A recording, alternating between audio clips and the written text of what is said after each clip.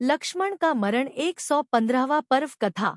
अथानंतर आसन को छोड़ते हुए इंद्र को नमस्कार कर नाना प्रकार के उत्कट भाव को धारण करने वाले सुर और असुर यथायोग्य स्थानों पर गए। उनमें से राम और लक्ष्मण के स्नेह की परीक्षा करने के लिए चेष्टा करने वाले, क्रीड़ा के रसिक तथा पारस्परिक प्रेम से सहित दो देवों ने कुतूहलवश यह निश्चय किया, यह सलाह बांधी कि चलो इन दोनों की प्रीति देखें।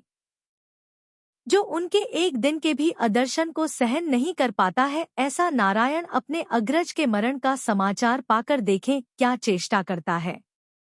शोक से विह्वल नारायण की चेष्टा देखते हुए क्षण भर के लिए परिहास करें। चलो अयोध्यापुरी चलें और देखें कि विष्णु का शोकाकुल मुख कैसा होता है। वह किसके प्रति क्रोध करता है और क्या कहता है।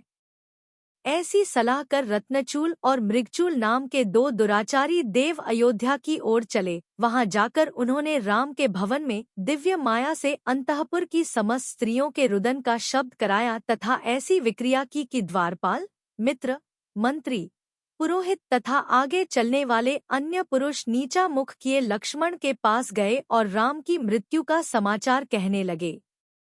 उन्होंने कहा कि हे नाथ, राम की मृत्यु हुई है। यह सुनते ही लक्ष्मण के नेत्र मंद मंद वायु से कंपित नीलोत्पल के वन समान चंचल हो उठे। हाँ, यह क्या हुआ।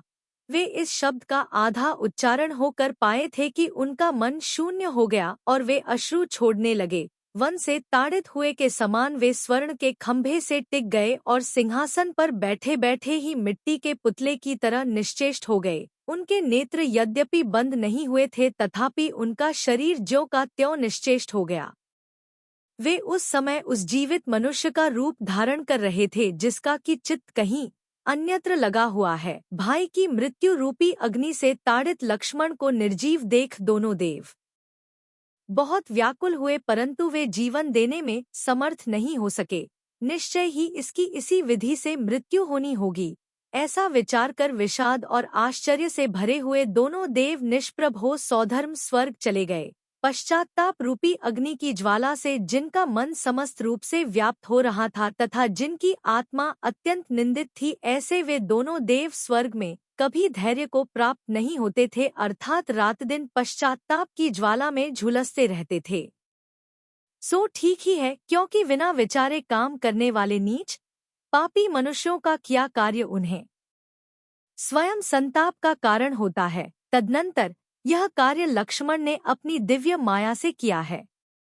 ऐसा जानकर उस समय उनकी उत्तमोत्तम खिया उन्हें प्रसन्न करने के लिए उद्यत हुई। कोई स्त्री कहने लगी कि हे नाथ, सौभाग्य के गर्व को धारण करने वाली किस अकृतज्ञ, मूर्ख और कुचतुर स्त्री ने आपका अपमान किया है। हे देव, प्रसन्न होजिए, क्रोध छोड़िए तथा यह दुखदायी आसन भी दूर कीजिए। यथार्थ में जिस पर आपका क्रोध हो उसका जो चाहे सो कीजिए। यह कहकर परम प्रेम की भूमि तथा नाना प्रकार के मधुर वचन कहने में तत्पर कितनी ही स्त्रियां आली इनकर उनके चरणों में लौट गई। प्रसन्न करने की भावना रखने वाली कितनी ही स्त्रियां गोद में वीणा रख उनके गुणसमूह से संबंध रखने वाला अत्यंत मधुर गान गाने लगी। सैकड़ों प्रिय वचन कहने में तत्पर कितनी ही स्त्रियां उनका मख देख वार्तालाप कराने के लिए सामूहिक यत्न कर रही थी। उज्ज्वल शोभा को धारण करने वाली कितनी ही स्त्रियों स्तनों को पीड़ित करने वाला आलिंगन कर पति के कुंडल मंडित सुंदर कपोल को सूंघ रही थी।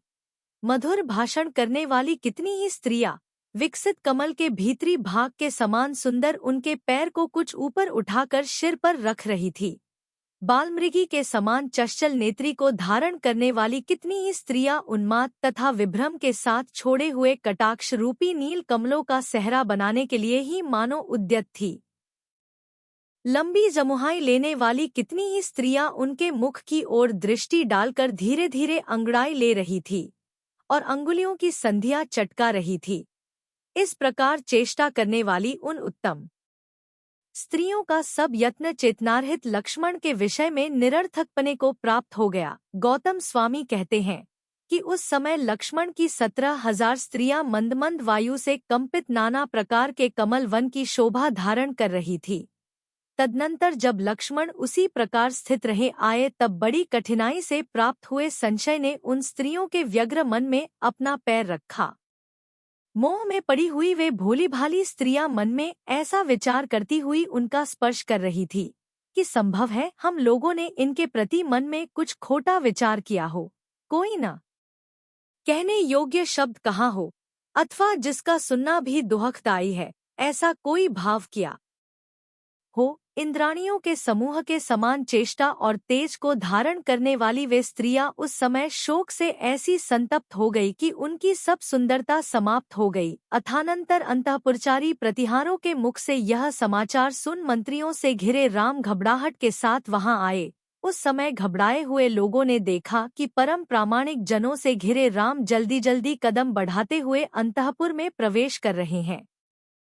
तदनंतर उन्होंने जिसको सुंदर कांति निकल चुकी थी और जो प्रातःकालीन चंद्रमा के समान पांडुर वर्ण था, ऐसा लक्ष्मण का मुख देखा। वह मुख पहले के समान व्यवस्थित नहीं था, स्वभाव से बिल्कुल भ्रष्ट हो चुका था और तत्काल उखाड़े हुए कमल की सदृशता को प्राप्त हो रहा था। वे विचार करने लगे कि ऐसा कौन सा कारण आ पड़ा कि जिससे आज लक्ष्मण मुझसे रूखा तथा विषादयुक्त हो सिर को कुछ नीचा झुकाकर बैठा है। राम ने पास जाकर बड़े स्नेह से बार बार उनके मस्तक पर सूंघा और तुषार से पीड़ित वृक्ष के समान आकार वाले उनका बार बार आलिंगन किया। यद्यपि राम सब ओर से मृतक के चिन्ह देख रहे थे, तथापि स्नेह से परिपूर्ण होने के कारण वे उन्हें अमृत अर्थात जीवित ही समझ रहे थे। उनकी शरीरयष्टि झुक गई थी, गर्दन टेढ़ी हो गई थी, भुजा रूपी अर्गल ढीले पड़ गए थे और शरीर, सांस लेना, हस्तपादादिक अवयवों को सिकोड़ना तथा नेत्रों का टिमकार पड़ना आदि चेष्टाओं से रहित हो गया था। इस प्रकार लक्ष्मण को अपनी आत्मा से विमुक्त देख उद्वेग तथा तीव्र भय से आक्रांत राम पसीना से तर हो गए। अथानंतर जिनका मुख अत्यंत दीन हो रहा था, जो बार बार मूर्छित हो जाते थे और जिनके नेत्र आंसुओं से व्याप्त थे, ऐसे राम सब ओर से उनके अंगों को देख रहे थे। वे कह रहे थे कि इस शरीर में कहीं नख की खरोंच बराबर भी तो घाव नहीं दिखाई देता, फिर यह ऐसी अवस्था को किसके द्वारा प्राप्त कराया गया, इसकी यह दशा किसने कर दी। ऐसा विचार करते करते राम के शरीर में कपकपी छूटने लगी तथा उनकी आत्मा विषाद से भाग गई। यद्यपि वे स्वयं विद्वान थे, तथापि उन्होंने शीघ्र ही इस विषय के जानकार लोगों को बुलवाया। जब मंत्र और औषधि में निपुण कला के पारगामी समस्त वैद्यों ने परीक्षा कर उत्तर दे दिया, तब निराशा को प्राप्त हुए राम मूर्छा को प्राप्त हो गए और उखड़े वृक्ष के समान पृथ्वी पर गिर पड़े। जब हार, चंदन मिश्रित जल और तालवृंत के अनुकूल पवन के द्वारा बड़ी कठिनाई से मूर्छा छुड़ाई गई, तब अत्यंत विह्वल हो विलाप करने लगे। चूंकि राम शोक और विषाद के द्वारा साथ ही साथ पीड़ा को प्राप्त हुए थे, इसीलिए वे मुख को आच्छादित करने वाला अश्रुओं का प्रवाह छोड़ रहे थे। उस समय आंसुओं से आच्छादित राम का मुख बिरले बिरले मेघों से टंके चंद्रमंडल के समान जान पड़ता था। उस प्रकार के गंभीर हृदय राम को अत्यंत दुखी देख अंतःपुर रूपी महासागर निर्मर्याद अवस्था को प्राप्त हो गया, अर्थात उसके शोक की सीमा नहीं रही। जो दुखरूपी सागर में निमग्न थी तथा जिनके शरीर सूख गए थे, ऐसी उत्तम स्त्रियों ने अत्यधिक आंसू और रोने की ध्वनि से पृथ्वी तथा आकाश को एक साथ व्याप्त कर दिया था। वे कह रही थी कि हाँ नाथ, हाँ जगदानंद, हाँ सर्वसुंदर जीवित प्रिय वचन देव, कहाँ हो, किस लिए चले गए हो, इस तरह अपराध के बिना ही हम लोगों को क्यों छोड़ रहे हो। और अपराध यदि सत्य भी हो तो भी वह मनुष्य में दीर्घ काल तक नहीं रहता। इसी बीच में यह समाचार सुनकर परम विषाद को प्राप्त हुए लवण और अंकुश इस प्रकार विचार करने लगे कि सारहीन इस मनुष्य पर्याय को धिक्कार हो। इससे बढ़कर दूसरा महानीच नहीं है, क्योंकि मृत्यु बिना जाने ही निमेष मात्र में इस पर आक्रमण कर देती है, जिसे देव और विद्याधर भी वश नहीं कर सके थे। ऐसा यह नारायण भी काल के पाश से वशीभूत अवस्था को प्राप्त हो गया। इन नश्वर शरीर और नश्वर धन से हमें क्या आवश्यकता है। ऐसा विचार कर सीता के दोनों पुत्र प्रतिबोध को प्राप्त हो गए। तदनंतर पुनः गर्भवास में न जाना पड़े, इससे भयभीत हुए दोनों वीर पिता के चरणयुगल को नमस्कार कर पालकी में बैठ महेंद्रोदय नामक उद्यान में चले गए। वहां अमृतस्वर नामक मुनिराज की शरण प्राप्त कर दोनों बड़भागी मुनि हो गए। उत्तम चित्त के धारक लवण और अंकुश जब दीक्षा ग्रहण कर रहे थे, तब विशाल पृथ्वी के ऊपर उनकी मिट्टी के गोले के समान अनादरपूर्ण बुद्धि हो रही थी। एक और पुत्रों का विरह और दूसरी ओर भाई की मृत्यु को दुहक है। इस प्रकार राम शोक रूपी बड़ी भंवर में घूम रहे थे। गौतम स्वामी कहते हैं कि राम को लक्ष्य मण राज्य से, पत्र से, स्त्री से और अपने द्वारा धारण किए जीवन से भी कहीं अधिक प्रिय थे। संसार में मनुष्य नाना प्रकार के हृदय के धारक हैं। इसीलिए कर्मयोग से आप्तजनों के ऐसी अशोभन अवस्था को प्राप्त होने पर कोई तो शोक को प्राप्त होते हैं और कोई वैराग्य को प्राप्त होते हैं। जब समय पाकर स्वकृत कर्म का उद्यरूप अंतरंग निमित्त मिलता है, तब बाह्य में किसी भी परपदार्थ का निमित्त पाकर जीवों के प्रतिबोध रूपी सूर्य उदित होता है, उन्हें वैराग्य उत्पन्न हो जाता है। इस प्रकार आर्ष नाम से प्रसिद्ध श्री रविशयनाचार्य द्वारा विरचित पद्मपुराण में लक्ष्मण का मरण और लवणांकुश के तप का वर्णन करने वाला 115वां पर्व समाप्त हुआ।